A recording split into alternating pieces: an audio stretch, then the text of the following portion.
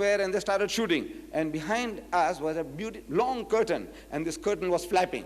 And these things here, you know, they're so sensitive that they are effective to any type of light change. So the camera is also doing that. As our eye would do, these lenses are also doing the same thing. And so the film was not so grand, so we didn't promote it, but it was a fantastic meeting that we had. However, what is the case about the Jews and the Arabs? What is the problem? You see, the Arabs, when this problem started, and the problem really started around 1918. Prior to 1918, the Arabs, they didn't know that they were a nation. You see, in a primitive stage of man, the man thinks, well, he's a human being, everybody is a human being. You come along and there's a land next door to you. If he comes and settles down there, ahlan wa sahlan, you know, the Arab would say, family and plain, this is all Allah's, the earth is the Lord's, and the goodness thereof, everything is Allah's, you can enjoy, come. So in 1908, the Jews established Tel Aviv, one of the most important cities in Israel today is Tel Aviv. They started building Tel Aviv in 1908. What did the Arabs say? Nothing. It's our cousins, you know, they're building a city there, you know, let them carry on, mashallah. You know, they're doing a good job. Then some poor Arabs, poor among all communities, you know, they try and take a little advantage. If they can steal your sheep, your goat, they'll do that.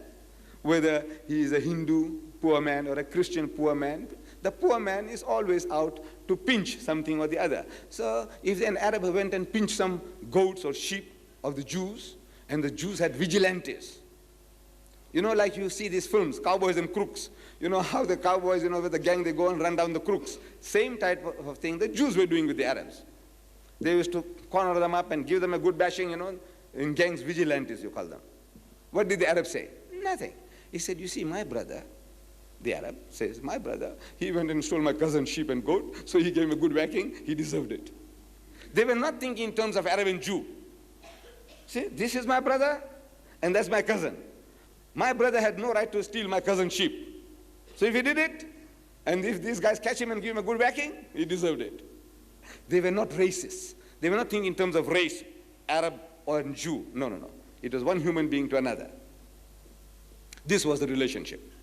In 1918, Weizmann, a Jew, a very brilliant scientist, he helped the British government in some invention about gunpowder, or something like that. And as a reward, the British government, they said, now we will give you Palestine as a Jewish home. This is what he wanted. He said, right, we give it to you. Palestine as a home for the Jews. Now the Arabs wake up. He said, look, man, this is our home. These guys want to take it away. So they started rumbling, grumbling, but unorganized, backward people, uneducated people. So they're making noise, they're making some little trouble here, little trouble there, and it carried on. But the Jews were getting in more and more Jews, sophisticated people from Germany, from France, from Poland, from Russia. They have been brushing their wits against the Westerner. They come along among these simple simpletons, fools. These our brothers were like fools. You know, what the white men came here, what they found the Bushmen and the Hottentot and the Bantu, similar condition they found the Arabs there. So they started their techniques and they started getting in more and more and more. And the Arabs started making a little bigger noise and a little bigger noise until 1948. In 1948, the Jews, they started bombing the British. King David Hotel, they bombarded and they killed so many people. Count Bernadette, they killed him. Some British soldiers, they captured them and they hanged them. This Begin fellow, Begin, he did it. So the British government offered a reward of $47,000, dead or alive, for Begin, the ex-prime minister of Israel. And the British threw in the towel. And these people, they had the experience. They were in the World War II, World War I. They had 1 million soldiers, 1 million Jews from all over the world, experienced people. And they knocked hells into our brethren. And they captured the land. They had certain peace apportioned to them, but they went and, you know, the Arabs started making trouble, and unequipped, The Egyptians came there and they got a good whacking, and the Jordanians came and got a good whacking, and our Jewish cousins, they did the job. They captured more than what was supposed to take. But in the previous 1400 years of Islam, or 1000 years of Islam, the Jews were living among the Muslims. In Spain, when the Muslims conquered Spain, the Jews were working side by side, and they benefit from the fruits of the Muslim conquest. The golden age of the Jew was the golden age of the Muslim. The best time that they ever had was under the Muslims in Spain. And for 1000 years, the Christians have been persecuting the Jews.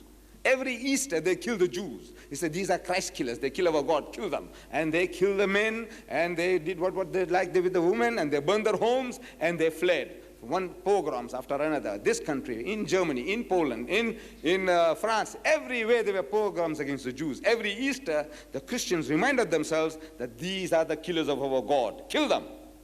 And they massacred them. And they fled. And they fled to Muslim lands. And the Muslim says, Ahlan wa sahlan. You know, you are our cousins. Father Abraham, he had 2 wives, Sarah and Hajara. You are the children of Sarah. We are the children of Hajara. Oh, come, live. And they went and lived. Peace. In 1000 years, there had not been a single riot against the Jews in any Muslim land. An individual Jew might have killed an individual Arab. And an Arab might have killed a Jew. But as a race, as a people, kill the Jews? Never. No riot in any Muslim land in 1000 years. Trouble only starts when now they want to capture this as their own national home.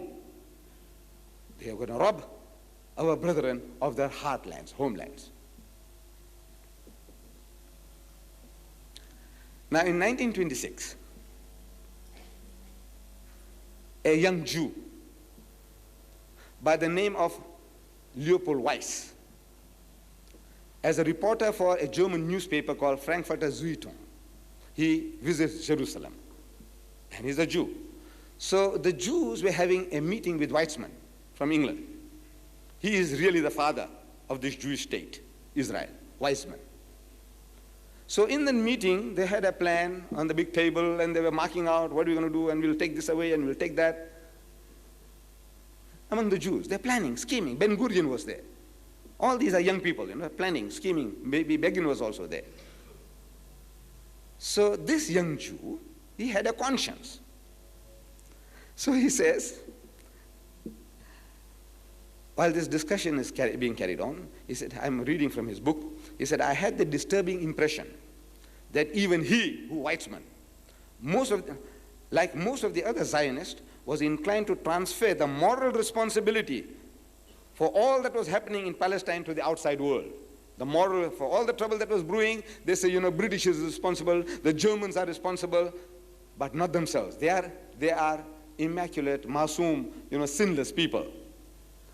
This impelled me to break through the differential hush with which all the other people present were listening to him. They were awed. Weizmann talking, nobody did interject.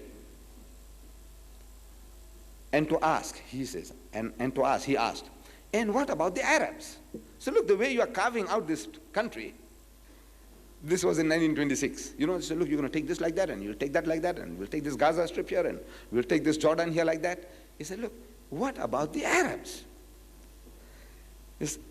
So this our reporter says, Leopold Weiss, Austrian-German Jew, he said, I must have committed a faux pas, a false step, something that I shouldn't have, something out of turn, by thus bringing a jarring note into the conversation.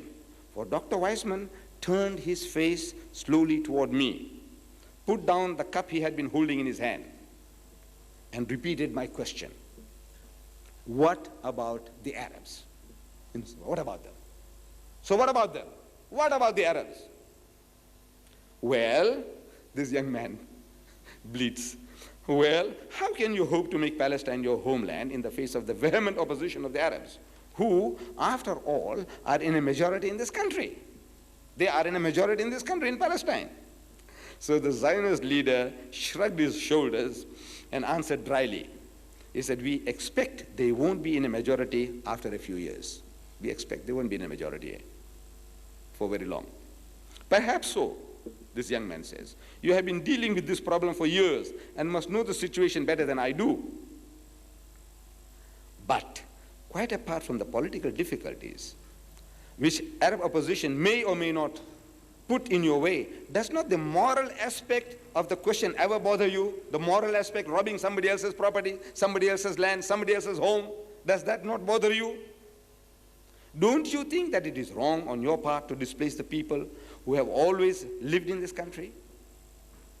But it is our country, replied Dr. Weissman, raising his eyebrows. This is our country.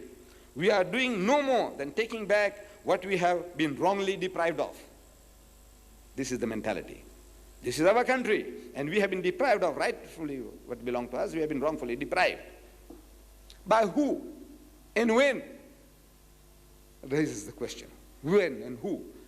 You see, the Jews, 70 years after Jesus, a Roman governor by the name of Titus, these Jews were giving endless trouble in Palestine. So he kicked them all out. Out into the world, dispersed them. Don't want to